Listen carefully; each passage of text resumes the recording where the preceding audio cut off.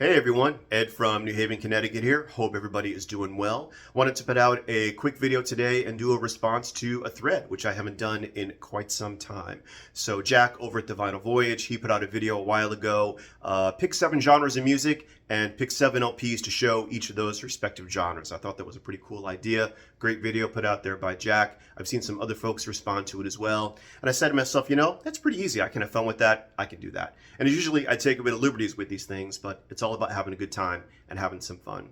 So the first genre I wanted to talk about was girl groups. And there's no shortage of girl groups in rock and roll history, really from today all the way back to the start of rock and roll. And of course, if you're going to go all the way back, it's always best to start at the beginning, as they say in a famous movie. So we're going to start off with the Shirelles. This is a great compilation that Rhino put out in the late 80s that covers their peak period from the late 50s into the early 60s. The first successful girl group on the charts, first ones with the #1 record, We Used to Love Me Tomorrow, and crossover appeal with black audiences and white audiences. Phenomenal stuff. This is put together by Rhino with all of the quality and mastering and care you'd expect from their releases. Great liner notes here as well. And of course, what makes a Shirelles so classy are all these fantastic songs. Dedicated to the One I Love, We Used to Love Me Tomorrow, like I said, Boys, Soldier Boy, I Met Him on a Sunday, Foolish Little Girl. Absolutely great, classic pop records made with care and still hold up today. And all the girl groups that came after, they all in some way wanted to emulate the Shirelles right here, who were the first and definitely one of the best. Excellent stuff. All right, another genre that I've been listening to a lot lately and getting back into is the Northern Soul genre. So Northern Soul, for those folks that don't know, it's primarily American R&B records that were either regional hits, local hits, maybe even by some more famous artists, but the songs are more obscure. And in the 70s and 80s, these are all records that got played over in the UK. So they dubbed the genre Northern Soul. So these are a whole bunch of obscure R&B releases off of the Merwood label, which was a label here in the US, I believe was a subsidiary of Fontana. And once again, I don't know any of these artists, but it doesn't matter because I know what the sound is going to be and I know that I'm going to love it. Just great bass lines, funky stuff you can dance to, 3 minutes or less, lots of groove, lots of soul, and lots of heart. Really excellent stuff.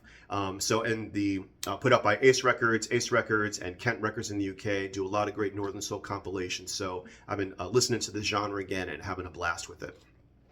All right, here's another act who can be categorized under a lot of genres, pop, rock and roll, even some garage, maybe a bit of blues, and certainly they're referred to a lot as blue-eyed soul. So for blue-eyed soul, that genre, I've picked the Rascals. In this case, the Young Rascals, their debut LP from 1966. I'm a big Rascals fan. I've talked about them before.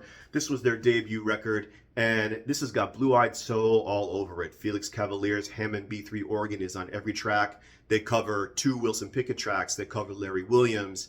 They have a couple of soulful originals on here as well. I Ain't Gonna Eat Out My Heart Anymore, which was their first hit. And of course, they do a really blue-eyed soul version of Good Lovin', which was their big breakthrough, as everybody knows. Excellent band. Their first 4 LPs are worth getting, that is for sure. I highly recommend checking out for blue-eyed soul, the Young Rascals. Excellent genre and excellent band. All right. Next genre we're going to jump to is one of my favorites, and that is garage rock. And these are one of the premier garage rock revivalist bands that are out there, still out there today, making great music, and that is the Fleshtones, one of my favorite all-time garage rock bands. This is their second LP, Hexbreaker, from 1983. And for those of you that might have actually seen Peter Zaremba and the Boys live, you know what I'm talking about. Even today, when you see them, it is one non-stop rock and roll garage rock party. It is unbelievable. Still know how to bring it live, and great musicians. This LP has one of my favorite Fleshtones tracks of all time, the opening track on side 2, Right Side of a Good Thing. Great title, great song. You'll love it the first time you hear it. Good garage rock stuff still out there today. The Fleshtones, Hexbreaker from 1983. All right, another artist who's recorded in many genres, pop standards, traditional singer-songwriter standards, gospel, folk, blues, but we're going to go with jazz interpreter and some standards for this one, and that is, of course, the lovely Nina Simone. And this is Nina Simone live at Town Hall. This is my original 50s pressing in mono on the Colpix label. It's just beautiful. And the reason why I go with jazz standards for this one is what she covers on here. She does a couple of versions of Summertime. She covers Irving Berlin as well.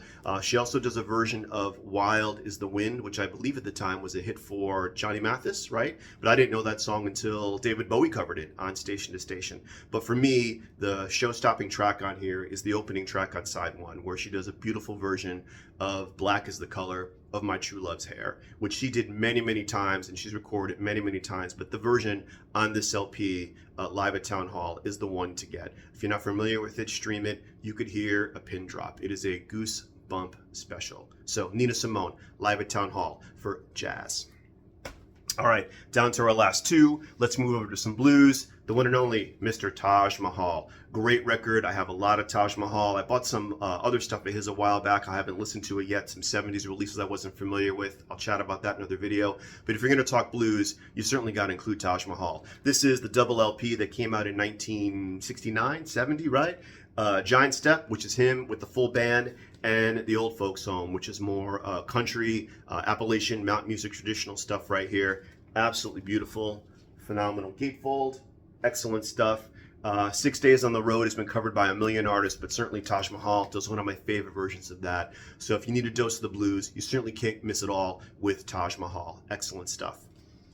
All right, and lastly, we're going to go into a little bit of country, or maybe let some say outlaw country, right? A genre that might be used a bit too much these days. But this LP has been always very interesting to me, and this kind of kicked off that whole outlaw country genre, right? So this is Wanted, The Outlaws, and you can see the folks that are on here. I don't have to name them, you can see them on here. This came out in 1977. This is pretty much it's not an actual album per se, it's just a slapdash compilation of some unreleased tracks by Waylon Jennings and Willie Nelson and Jesse Coulter and some other folks, right? Some older tracks where some new vocals are put on, some guitar work, all under the guise of taking advantage of cashing in on this new genre of outlaw country, right? But the truth is, it actually works. It's a really, really great listen. It's phenomenal. And I love that Jesse Coulter track, I'm Looking for Blue Eyes, which was unreleased until this LP came out. Really, really excellent stuff. And I was reading about this.